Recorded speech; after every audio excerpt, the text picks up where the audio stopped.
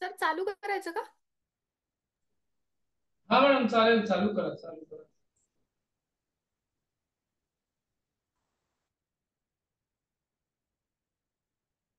नमस्कार.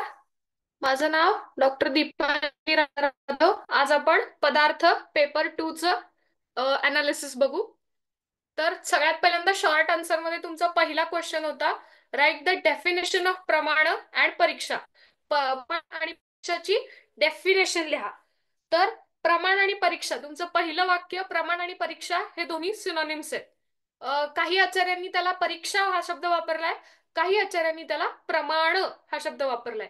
पण परीक्षते व्यवस्थाप्यते वस्तुस्वरूपम अनयेति परीक्षा प्रमाणानी म्हणजे कुठल्याही गोष्टीची थरो एक्झामिनेशन करणं, एखाद्या गोष्टीचं थरली सगळ्या पद्धतीने. You have to examine the anything with its all aspects. त्याला परीक्षा, ती जी आपण एक्झामिनेशन करतो त्याला परीक्षा किंवा प्रमाण म्हणतात, हे चक्रपाणींनी ऑलरेडी सांगितले. तर त्याच्यानंतर त्याच्या डेफिनेशन्स. पहिली प्रमाणची डेफिनेशन, प्रमायाः करणं प्रमाणम.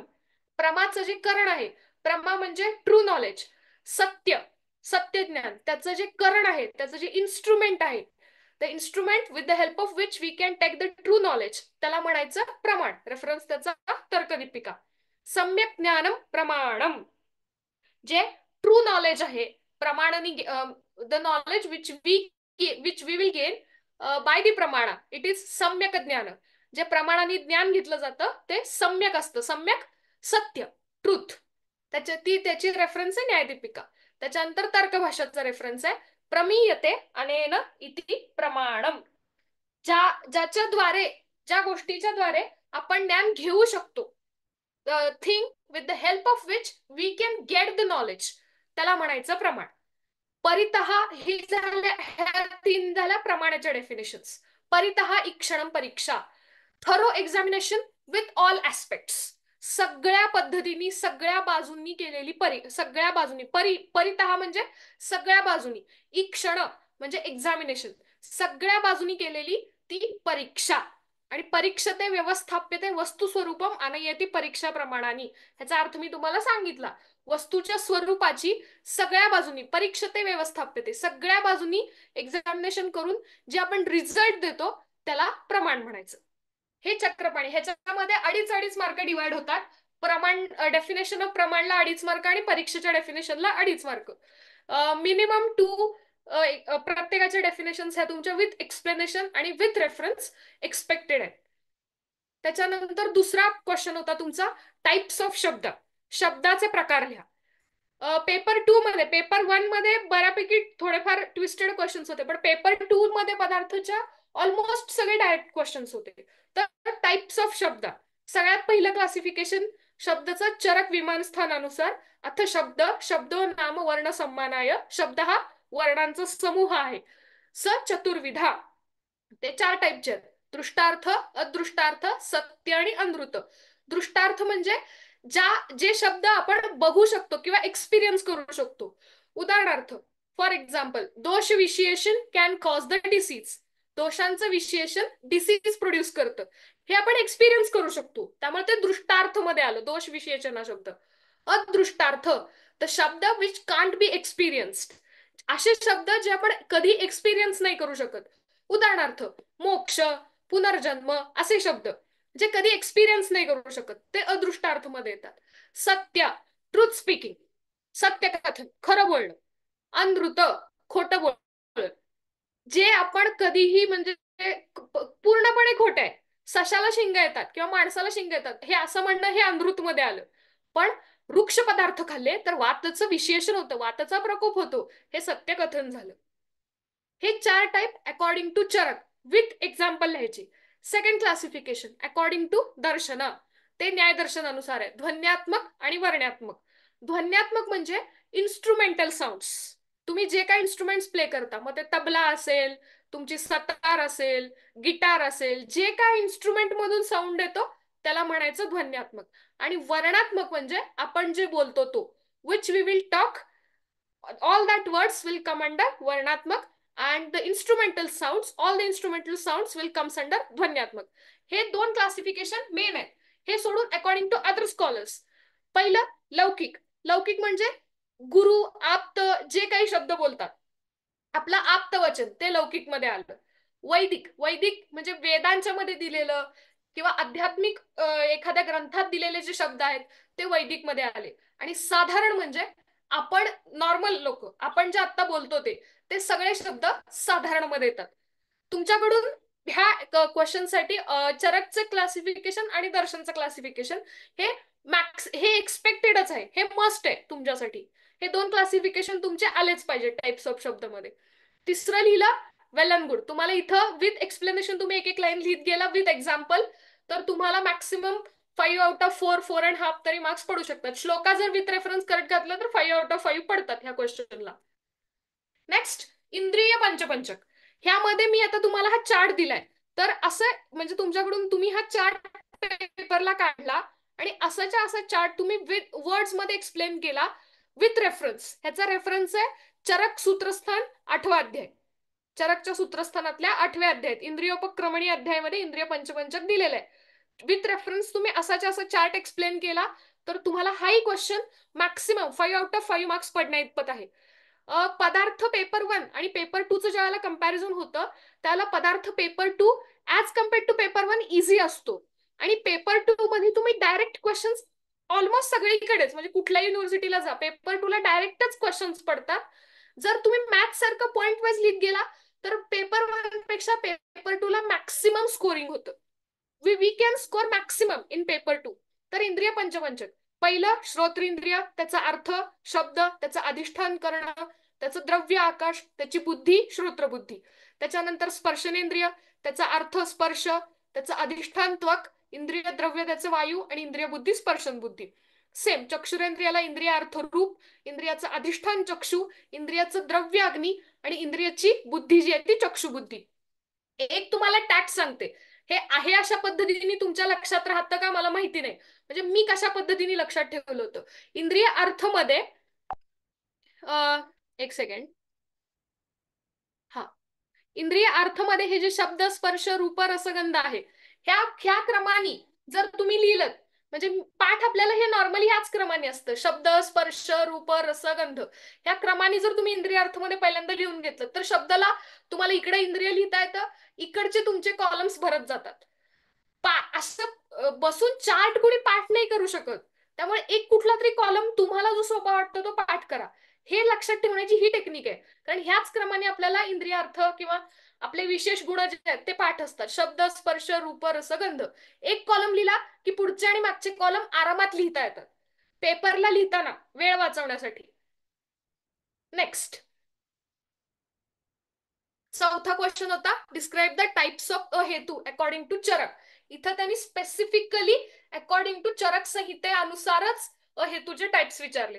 ह्याचा रेफरन्स अथ अहेतू, अहेतू ना अथ हेतू, अहेतू नाम प्रकरण समहा, संशय समहा, वर्ण सम इति, वर्ण समश्चेती.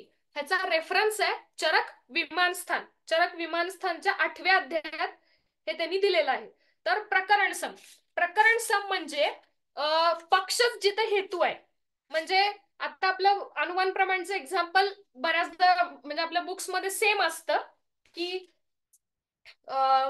पर्वतावर आग लागली आहे, यत्र यत्र धूम तत्र तत्र वन्ही, आणि त्याचा पक्ष काय असतो आपला तर पर्वत, पर्वतावर आग लागली हे आपल्याला सिद्ध करायचं. मग पक्ष हाच हेतू आहे. त्या अग्नीचा हेतू, अग्नी सिद्ध करायला हेतू काय तर धूम, धूम दिसतच नाही, पक्ष, पर्वतावर आग लागली एवढंच म्हणणं. पक्ष हाच हेतू आहे, त्याला म्हणायचं प्रकरण सम. संशय सम, हेतू जो दिलेला आहे तो कन्फ्युजन क्रिएट करतो.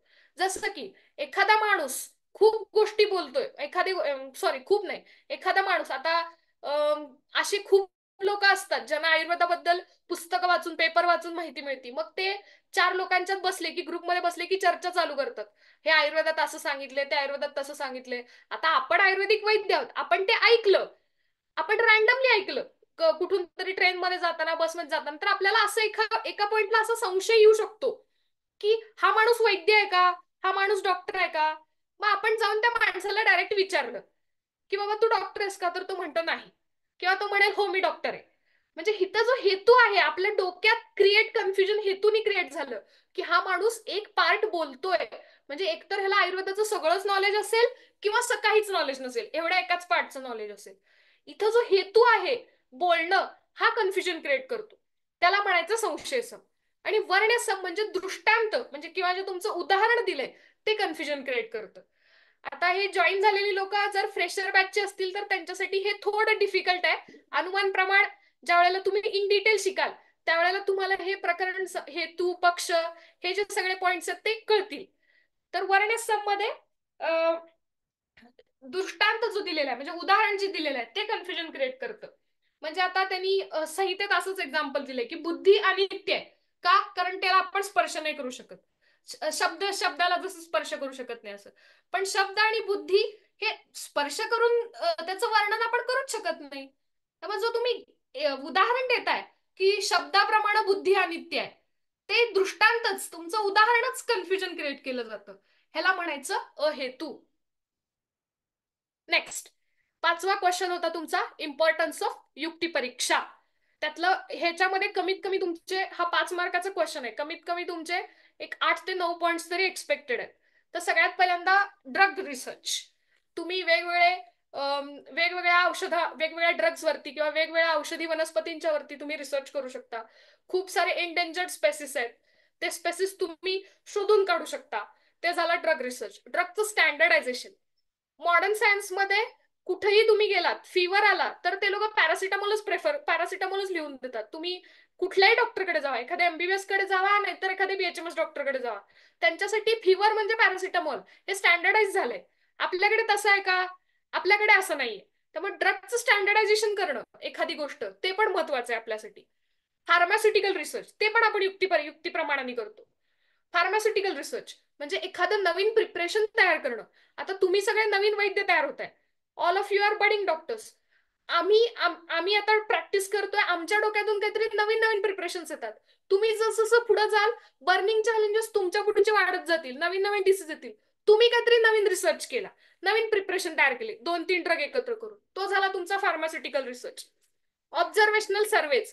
ऑब्झर्वेशनल सर्वे म्हणजे काय? तर आता सध्या in today's era the obesity is increasing in specifically in children's. मग ते ऑब्झर्वेशन करायचं.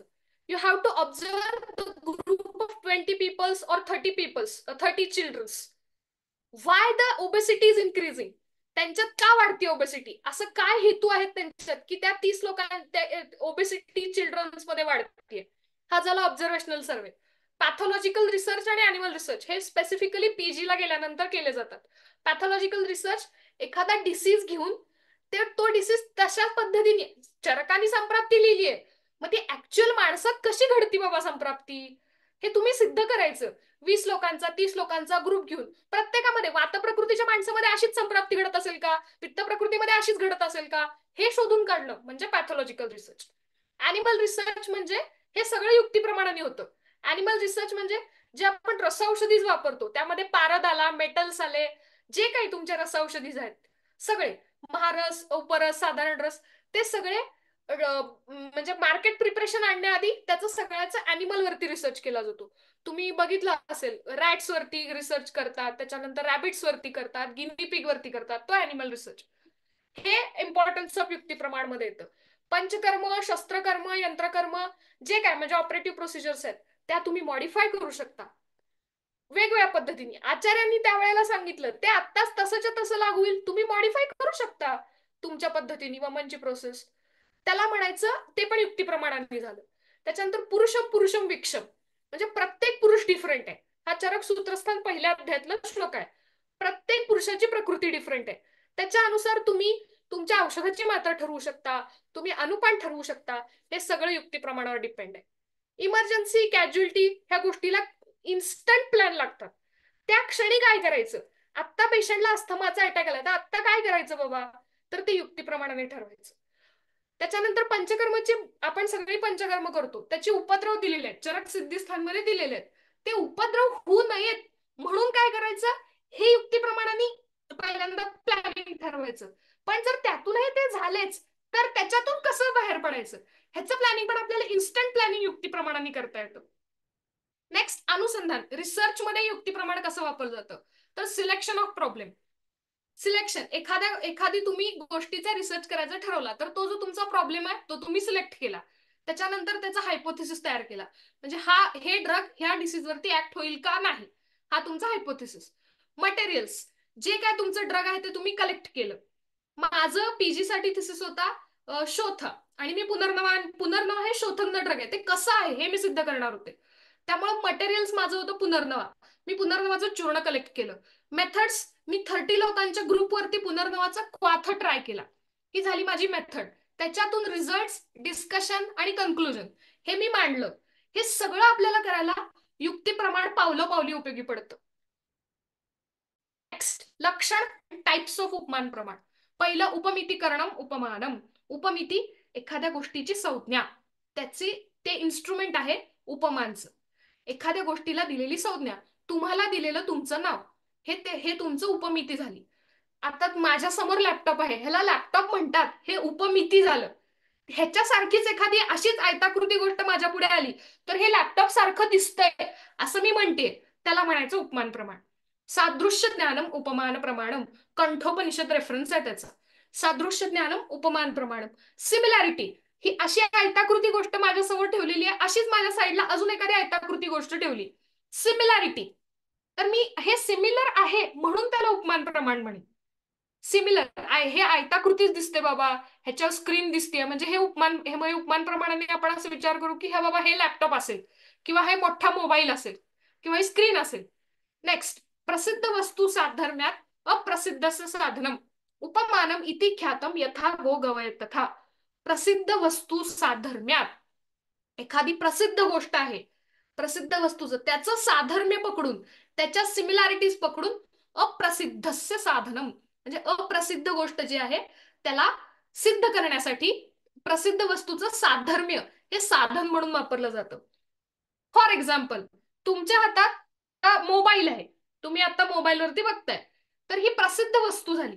आता तुमच्या समोर एखादा पाम टॉप घेऊन आला, किंवा छोटा लॅपटॉप घेऊन आला, तर तुम्हाला ती तुमच्यासाठी पहिल्यांदा ती तुम्ही आयुष्यात बघताय असं समजा, तर मग ती अप्रसिद्ध गोष्ट झाली. तर तुम्ही काय विचार करणार, तर बाबा प्रसिद्ध वस्तू म्हणजे साधर्म्य आहे, स्क्रीन सारखं दिसतंय, ते अप्रसिद्ध गोष्ट म्हणजे ती जी तुमच्या हातात दिसते ती साधन, त्याच्या मदतीने तुम्ही सिद्ध केलं की हे मोबाईल सारखं दिसते, ह्याला उपमान प्रमाण म्हणायचं. त्याचे टाइप्स, साधर्म्य किंवा सादृश्य. सिमिलॅरिटी, जसं मी तुम्हाला मोबाईल आणि पॅमटॉपचं एक्झाम्पल दिलं. वैधर्म्य, दोन गोष्टीत कसलंही साम्य नाही, दोन गोष्टीत कसलंही साम्य नाही. आणि धर्म मात्र किंवा असाधारण धर्मविशिष्ट. स्पेसिफिक गोष्ट, युनिकॉर्न, रायनोसिरस, एक शिंगी गेंडा, त्याला एकच शिंग असतं त्याच्या नाकावरती, ते त्याचं धर्मविशिष्ट उपमान झालं, किंवा त्याचं धर्म मात्र लक्षण झालं. त्या स्पेसिफिक एक नाकावरती एकच शिंग आहे म्हणून त्याला युनिकॉर्न रायनोसिरस म्हणतात. अशी स्पेसिफिक लक्षणं म्हणजे कुठल्याही डिसीजची प्रत्यात्म लक्षणं ही धर्ममात्र मध्ये येतात. नेक्स्ट, अनेकांतवाद. अनेकांतवाद हे तुमचं नेक्स्ट क्वेश्चन होता. तर तो जैन दर्शनांनी सांगितलंय, त्याला स्याद्वाद म्हणतात, सप्तभंगी नयवाद म्हणतात. त्याच्यामध्ये ही 7 क्वेश्चन्स विचारलेले आहेत. अनेकांतवाद म्हणजे अनेक अंत, ज्या गोष्टीला अनेक अंत आहेत, ज्या गोष्टीला इनडेफिनेट सोल्युशन्स आहेत, त्याला म्हणायचं अनेकांत. जैन दर्शनने अनेकांतवाद हा सगळ्या बाजूनी विचार करून एखाद्या गोष्टीचं कन्क्लुजन काढा ह्यासाठी सांगितलं होता. त्यात त्यांनी ह्या 7 प्रश्नांच्या आधारे एखाद्या गोष्टीचं कन्क्लुजन काढा म्हणून दिलं. स्यात हा शब्द प्रत्येकच्या सुरुवातीला आहे म्हणून स्यातवाद म्हणतात. स्यात अस्ति, इट मे बी. स्यात नास्ति, मे not be. स्यात अस्तिच नास्तिच, it may be or may not be. स्यात अव्यक्तम, इट इज इनएक्सप्रेसिबल. स्यात अस्तिच अव्यक्तम, it may be but cannot be expressed. Sat nasti cha avyaktam, it may not be but cannot be expressed. Sat asti cha nasti cha avyaktam, may be and may not be but cannot be expressed. तुमचं अनेकांतवादचं explanation पहिल्यांदा लिहा की त्याला अनेकांतवाद का म्हणतात. त्याच्यानंतर जैन दर्शननी सांगितलंय, हा पॉइंट तुमचा मस्ट आहे. त्याला स्यातवाद, सप्तभंगी नयवाद का म्हणतात. सप्तभंगी का, कारण 7 प्रश्न विचारले. सप्त 7, भंगी डिवायडेड, म्हणून 7 पार्ट्स मध्ये विचारलंय म्हणून सप्तभंगी. त्याच्यानंतर हे त्याचं एक्सप्लेनेशन लिहा. क्लिनिकल इम्पॉर्टन्स काय त्याचा, तर different opinion about the same thing. आता बोन्स, सुश्रुतांनी 300 सांगितले, चरकांनी 360 सांगितले. नंबर ऑफ दोषास सुश्रुतांनी चार चार दोष आहेत म्हणून सांगितलं, चरकांनी 3 दोष आहेत म्हणून सांगितलं. Everyone is having reason.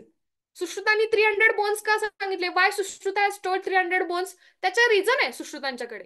Number of दोषा 3 का सांगितले चरकांनी? त्याचंही रिझन आहे चरकांच्याकडे. Next, differential diagnosis. When the similar symptoms are seen in many diseases, it is called as differential diagnosis. Dah is the symptom of jwara also. It is the symptom of acidity also. Amla pitta also. So how will you differentiate it? It is called as differential diagnosis. आयुर्वेदात त्याला व्यवच्छेदक निदान म्हणतात. त्या डिसीजचा, त्या पेशंटचा you have to think about that patient in all aspects. Then you have to come to the diagnosis. त्यामुळे differential diagnosis, अनेकांत, indefinite solutions. Next, हा थोडासा ट्विस्टेड क्वेश्चन आहे तुमच्या सेकंड पेपर मधला. एक्सप्लेन सपक्ष आणि विपक्ष विथ एक्झाम्पल्स. तर पहिल्यांदा पक्ष, पक्षची डेफिनेशन. संदिग्ध साध्यवान पक्ष हा, संदिग्ध साध्यवान पक्ष हा. या तिन्ही श्लोकाचे रेफरन्स चरक विमनस्थान आहे. जिथं आपल्याला पक्ष साध्य करायचं, जिथं आपल्याला साध्य सिद्ध करायचंय, where we have to prove the sadhya, it is called as paksha. For example, we have to prove the agni on the parvata, then that parvat becomes the paksha. We have to prove the agni on the parvat, then that parvat becomes the paksha. पहिल्यांदा पक्षाची definition लिहायची. We have to write the definition of paksha first, then sapaksh. निश्चित साध्यवान सपक्ष, where there is a definite relation. Nishchita, definite, where there is a definite relation or definite sadhya is present, that is called as sapaksha. पर्वतावर आग लागू शकती. पर्वत is पर्वता वन्यमान, वन्यमान पर्वता, पर्वतावर आग लागली आहे, हे डेफिनेट रिलेशन आहे. देयर इज प्रेझन्स ऑफ अग्नी in the kitchen, it is also having definite relation. Kitchen मध्ये अग्नी हा असतोच असतो. त्यामुळे सपक्ष, डेफिनेट रिलेशन. पण तेच विपक्ष, निश्चित साध्य अभावान विपक्ष, डेफिनेटली अब्सेन्स आहे. ती नदीवरती आग लागली आहे, तिथं हे कधीच सिद्ध नाही होऊ शकत. नदीवरती आग लागली आहे, त्यामुळे नदी किंवा जलाशय हा डेफिनेटली अब्सेन्स आहे रिलेशनचं. त्यामुळे ते विपक्ष झालं. निश्चित साध्य अभावान विपक्ष.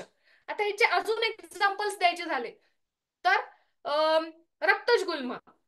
रक्तज गुल्म definitely present in the females, but it is definitely absent in the males.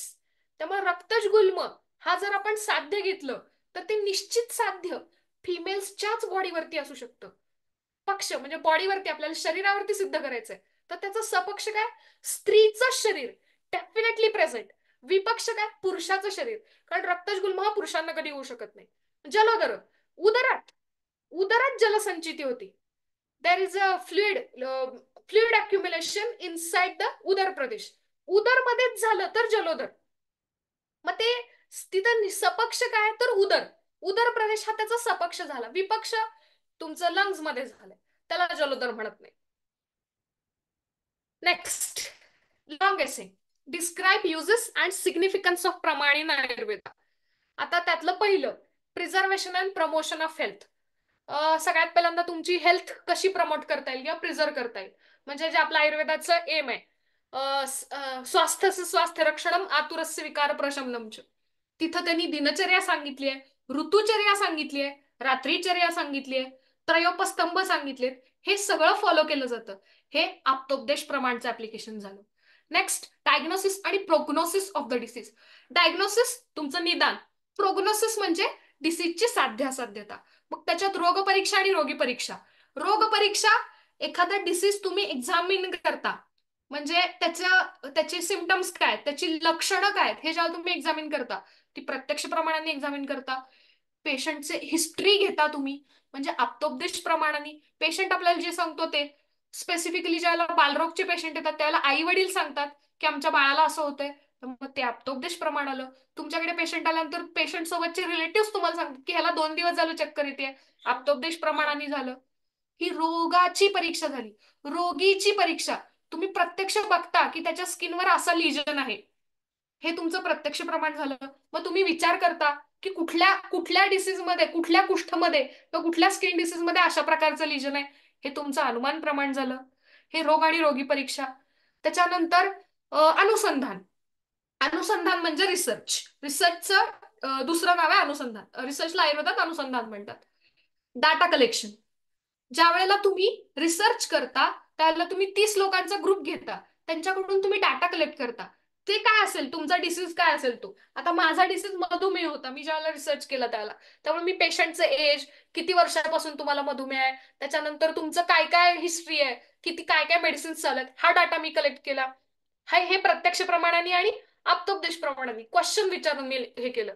त्याच्यानंतर मी क्लिनिकल ट्रायल केली. मी माझं पुनर्नव हे त्यांना दिलं. म्हणजे ही माझी क्लिनिकल ट्रायल झाली. हे युक्तिप्रमाणाने केलं मी.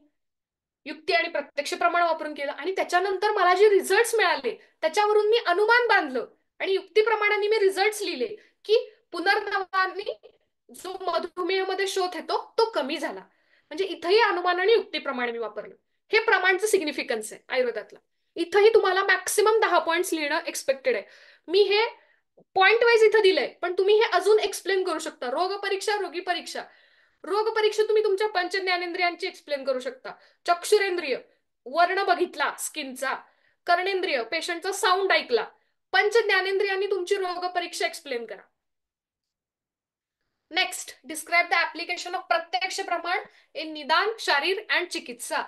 हा तुमच्या सिलेबसमध्ये असाच पॉइंट आहे. असाच्या असा उचलून त्यांनी तुम्हाला क्वेश्चन म्हणून टाकलाय. प्रत्यक्ष प्रमाणचं निदान, शारीर आणि चिकित्सा मधलं महत्व एक्सप्लेन करा. तर सगळ्यात पहिल्यांदा निदान. निदानमध्ये तर रोगी परीक्षा. रोगी परीक्षा काय काय येतं, तर दशविध परीक्षा भाव येतात. म्हणजे प्रकृती, विकृती, सार, सत्व, सात्म्य, आहार शक्ती, व्यायाम शक्ती आणि वय. त्यातलं आपण प्रत्यक्ष प्रमाणाने काय काय एक्झामिन करू शकतो. तर पहिल्या गोष्ट तर प्रकृती आपण एक्झामिन करू शकतो. पेशंटची प्रकृती काय आहे, पेशंटची प्रकृती काय आहे हे आपण एक्झामिनेशन करू शकतो. नेक्स्ट, त्याचं सार. म्हणजे आता तुम्हाला धातू चालू झाले तर धातू रससार आहे का रक्तसार आहे, सप्तधातू मधलं कुठलं सार आहे का सगळं सर्व धातू सार आहे, ते सार परीक्षा. ती आपण पेशंटची, तुम्ही सारची श्लोका वाचली असतील तर तुमच्या लक्षात येईल. पहिली लाईन जी आहे ती फिजिकल आहे, फिजिकल लक्षणात दिले आहेत, आणि नेक्स्ट लाईन मध्ये त्यांनी सायकोलॉजिकल लक्षणात दिले आहेत.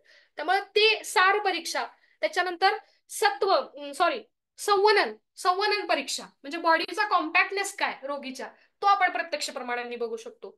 रोग परीक्षामध्ये मी तुम्हाला सांगितलं तसं चक्षुरेंद्रियांनी आपण वर्ण बघितला, स्पर्शनेंद्रियांनी पेशंटच्या बॉडीचं टेम्परेचर बघितलं, त्याच्यानंतर कर्णेंद्रियांनी पेशंटचा साऊंड ऐकला, त्याच्यानंतर घ्राणेंद्रियांनी आपण एखादं जखम आहे, it will cause very foul smelling, we will take the smell, घ्राणेंद्रियांनी. रसनेंद्रियाचा इतका फारसा उपयोग होत नाही प्रत्यक्ष प्रमाणामध्ये. वी कांट यूज रसनेंद्रिय directly. In the ancient time, they will collect the fluids from that wound and they will mix it with food and they will give it to the animals. If the animal has eaten it, then it's shuddha. Otherwise, it is considered as ashuddha. With the help of animals, we are doing रसनेंद्रिय परीक्षा. हे तुमच्या रोग परीक्षेमध्ये आलं. Next, चिकित्सा. चिकित्सामध्ये when you plan to do the चिकित्सा with the help of प्रत्यक्ष प्रमाण, you have to assess आयु. What is the age? What is age assessment? त्याच्यानंतर prognosis आहे. What is if there is any अरिष्ट लक्षणास present that you have to assess. Then दोषास assessment. दोष assessment is very important. ते अल्पदोष झालंय का बहुदोष अवस्थेत गेलंय ते दोष असेसमेंट करायची. बल, पेशंट्स बल ऍज वेल ऍज रोग बल. रोग बल आणि रोगी बल दोन्ही असेस केलं जातं चिकित्सा करताना. त्याच्यानंतर औषधी द्रव्य, वीर्य. औषधी द्रव्यांचं मेनली वीर्य असेस केलं जातं. How much the potency of that द्रव्य, it should be assessed with the help of प्रत्यक्ष प्रमाण. आणि यंत्रशस्त्र, if there is any surgical procedures you have to you have to check the yantra and shastra. Then anusandhan, as I explained in last, clinical trials. Then data collection, drug identification and authentication. Drug identification करणं कुठलं आहे ते authenticate करणं, आणि वेगवेगळी preparations ती तुम्ही प्रत्यक्षात तयार करता त्यावेळेला अनुसंधान करताना. नेक्स्ट, सदहेतू आणि असदहेतू इन डिटेल. तर हेतू, हेतूचे दोन टाईप, सदहेतू आणि असदहेतू. सदहेतूचे हे 5 क्रायटेरिया: पक्षे सत्वम, प्रेझेन्स ऑफ हेतू इन द पक्षा. देन सपक्षे सत्वम, प्रेझेन्स ऑफ हेतू इन सपक्ष. विपक्षे सत्वम, absence ऑफ हेतू इन द विपक्ष. असत प्रतिपक्ष, ना अन्य विपरीत हेतू, कॉन्ट्राडिक्टरी स्टेटमेंट्स, कुठलंही वेगळं प्रेझेंट नाही. अबाधित विषयत्वम, it is proven by all the प्रमाणास. हे 5 क्रायटेरिया जे आहेत सदहेतूचे, व्हॉट एव्हर दी 5 क्रायटेरिया सदहेतू, totally opposite criteria are present in asadhetu, or it is called as hetvabhas also. So you have to by heart this. These are must. Pakshasatvam. And you have to explain with example. Pakshasatvam, dhuma present in parvat. Sapakshasatvam, agniyukta dhuma in the parvat. Then vipakshe satvam, no agni, no dhuma in jalashay.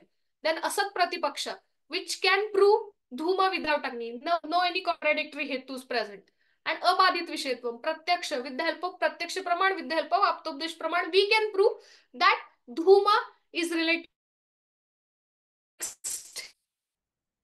हेत्वाभास और अहेतु. The definition of अहेतु, हेतुवत भासंत इति हेत्वाभासः, चक्रपाणी टीका. और हेतुर इव आभासते, हेतु which creates the आभास. Wrong interpretation, आपण wrong diagnosis असंही म्हणू शकतो त्याला, रॉंग इंटरप्रिटेशन. नेक्स्ट स्टेप्स: सव्यभिचार विरुद्ध सत प्रतिपक्ष, देन असिद्ध आणि बाधित. एक एक टाइप्स आपल्याला एक्सप्लेन करायचे. तर पहिलं सव्यभिचार. सव्यभिचारो अनेकांतिकः, हेतु हॅज मल्टिपल साध्य. नेक्स्ट विरुद्ध, साध्य अभाव हेतु विरुद्ध, हेतु इज अपोजिट टू साध्य and it is not proving the साध्य. नेक्स्ट सत प्रतिपक्ष, यस्य साध्य अभाव साधकः हेत्वंतरम विद्यते स सत प्रतिपक्ष. साध्य अभाव is proven by another हेतु. नेक्स्ट असिद्ध, it is having 3 types, not yet proven. असिद्ध, it is having 3 types: आश्रय असिद्ध, स्वरूप असिद्ध and व्याप्ति असिद्ध. नेक्स्ट बाधित, यस्य साध्य अभाव प्रमाणांतरेण निश्चित सबअधितः. साध्य अभाव because other pramanas proves it wrong. Next, last question, define कार्य कारण and explain the चरकोक्त दशविध परीक्षा भाव. कार्यकारणचे डेफिनेशन्स आणि चरकोक्त दशविध परीक्षा भाव एक्सप्लेन करा.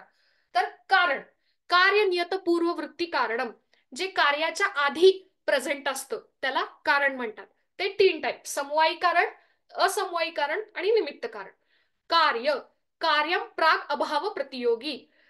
प्राग अभाव प्रतियोगी म्हणजे उत्पन्न होण्याच्या पूर्वी ज्याचा अभाव आहे त्याला कार्य म्हणतात. उत्पन्न होण्याच्या पूर्वी ज्याचा अभाव आहे त्याला कार्य म्हणतात. For example, before starting the lecture किंवा बिफोर 9 o'clock देर इज अभाव of this lecture, that is called as पूर्व प्राग अभाव, म्हणजे उत्पत्ती पूर्व अभाव. प्रतियोगी म्हणजे उत्पत्ती त्याच्या अपोजिट, उत्पत्तीच्या पूर्व अभाव आहे, आता ते प्रेझेंट झालं म्हणून त्याला कार्य म्हणतात. दशविध परीक्षा भाव हे इम्पॉर्टंट आहेत तुम्हाला. तर दशविध परीक्षा भाव, कारण भिषक, श्लोका बाय हॅट केला तर वेल अँड गुड. कारणम भिषक, करणम पुनर्भेषजम, कार्य योनी धातु वैषम्यम, कार्यम धातु साम्यम, कार्यफलम सुखावाप्ती, अनुबंधः खलु आयुः, देशो भूमिर आतुरश्च, कालः पुनः संवत्सरश्च आतुरावस्था, प्रवृत्ती प्रतिकर्म समारंभम, उपायस्तु भीषगादीनां अभिधानम च सम्यक. कारण म्हणजे कर्ता, पहिलं कारण कर्ता. परफॉर्मर, डॉक्टर म्हणजे भीषक, आपण परफॉर्म करतो एखादी गोष्ट, त्यामुळे आपण कर्ता झालो, त्यामुळे आपण कारण आहोत. करण, with the help of which instrument we can do the चिकित्सा. any instrument, it may be your भेषज म्हणजे तुमचं औषध असेल किंवा आणि काय तुम्ही यंत्रशस्त्र करताय, जे काय असेल ते झालं तुमचे करण. नेक्स्ट कार्य योनी, सोर्स ऑफ दॅट ऍक्शन, आपण ते का करतो, आपण चिकित्सा का करतो, वाय वी डू द चिकित्सा, बिकॉज ऑफ धातु वैषम्य. The source of action is धातु वैषम्य. धातु वैषम्यच झालं नाही तर आपण चिकित्सा कशाची करणार. त्यामुळे कार्य योनी, सोर्स किंवा ओरिजिन ऑफ दॅट ऍक्शन. योनी म्हणजे ओरिजिन, लक्षात ठेवा. त्याच्यानंतर कार्य, actual action, what the action we will do. It is the चिकित्सा. इट मे बी शमन चिकित्सा, इट मे बी शोधन चिकित्सा, इट मे बी द शस्त्रचिकित्सा ऑल्सो. कार्यफला, रिझल्ट. तुमच्या चिकित्साचा रिझल्ट काय आला, तो जो काही असेल तुमच्या चिकित्साचा result, it may be successful और इट मे बी अनसक्सेसफुल. अनुबंध, त्या चिकित्साच्या रिझल्ट मधून सेकंडरी आउटकम काय आलं. इफ युअर चिकित्सा is successful, the secondary outcome will be दीर्घायू और no any recurrence of the disease. Secondary outcome, कुठलाही डिसीज रिअकर होत नाही, हे सेकंडरी आउटकम झालं. देश, भूमी आतुरश्च. देश हे दोन्हीत आलं. भूमी म्हणजे तुमचे जांगल अनुपसाधारण देश, आणि तुमच्या पेशंटचं शरीर. पेशंटच्या शरीराचा एखादा भाग, the part of the body, it is also called as a देश. If we are doing any surgery और शस्त्रचिकित्सा, it is called as a देश. देन काल, संवत्सर, आतुर अवस्था. म्हणजे नॉर्मल कालात तुम्ही कुठल्या कुठल्या ऋतूमध्ये कुठली चिकित्सा करताय, आणि आतुर अवस्था, पेशंटची काय अवस्था आहे, पेशंट कुठल्या शरीराच्या कुठल्या स्टेजमध्ये आहे, ते आतुरावस्थामध्ये आलं. त्याच्यानंतर प्रवृत्ती, इनिशिएशन ऑफ दॅट ऍक्शन. आता तुमची प्रवृत्ती आहे, with the help of all चिकित्सा चतुष्पाद, with the help of all चिकित्सा चतुष्पाद, you are starting that action, initiation of that action. आणि उपाय, उपाय इज द ब्रिज बिटवीन प्रवृत्ती आणि कार्यफल. तुम्ही ऍक्शन चालू केली आणि तुमचा रिझल्ट आला, ह्याच्यामध्ये आपण मॅक्सिमम प्रयत्न करतो. What we will do, it is maximum bringing about the excellence. आपण आपण चिकित्सक म्हणजे आपण भिषक, आणि आपलं जे द्रव्य आहे, आणि आपले जे उपस्थात आहेत, ह्या तिन्हीच्या मदतीने आपण पेशंटवरती 100% देऊन प्रयत्न करतो. त्याला म्हणायचं उपाय, त्याला म्हणायचं उपाय. ह्या पद्धतीने तुम्ही एक्सप्लेन करा. So thank you. Any doubts, then you can ask.